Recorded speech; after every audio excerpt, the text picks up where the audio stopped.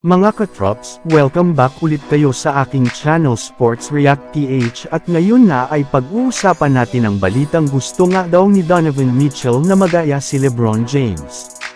Pag-uusapan na rin nga natin ngayon dito sa ating panibagong video ang naibalitang mga players na plano pang e-trade ng Los Angeles Lakers.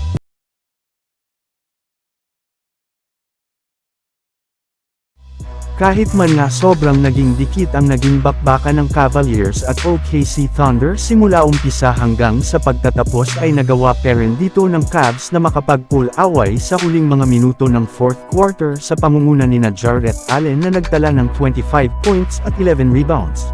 Evan Mobley na kumuha ng 21 points at 11 rebounds at si Darius Garland na nagtala ng 18 points kasama na dyan ang kanyang game-sealing bucket sa huling mga segundo ng fourth quarter.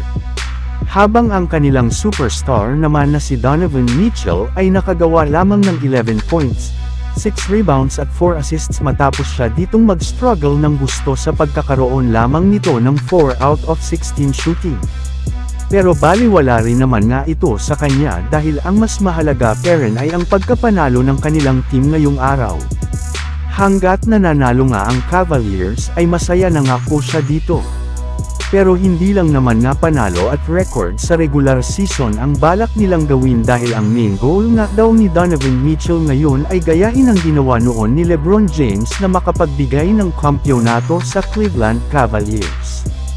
Yes, iyan number 1 sa listahan ng kanyang plano gawin kaya sisikapin nga po nila na palakasin pang lalo ang kanilang team sa mga susunod na laban hanggang sa makapasok sila sa postseason kung saan dito na nga mangyayari ang tunay na laban. Samantala pumunta naman tayo sa ating sunod na pag-uusapan ngayon sa naibalitang mga players na plano pang e-trade ng Los Angeles Lakers.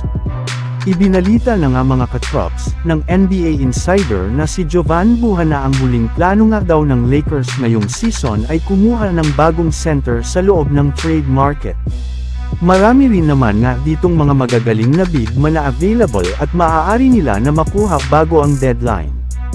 Pero iilan lang naman nga dito ang afford ng kanilang team nang hindi nila nasesire ang kanilang lineup.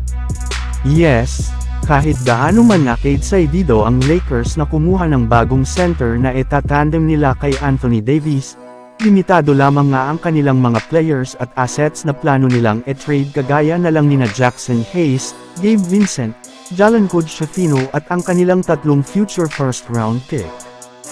Hindi na rin naman nga gagawa pa si Pelinka ng malaking trade dahil ginawa na nga niyang untouchable agad ang kanilang mga key players kagaya nina Austin Reeves, Rui Hachimura at Dalton Neck na kabilang sana sa mga manlalaro na merong napakataas na trade value at pinag-aagawan ngayon ng napakaraming mga teams. So yun lang nga mga katrops ang handog ko sa inyong storya ngayong araw. Sana nag-enjoy kayo. Please like and subscribe my YouTube channel Sports React PH para sa iba pang storya at update patungkol sa NBA. Kita-kits muli sa ating susunod na video.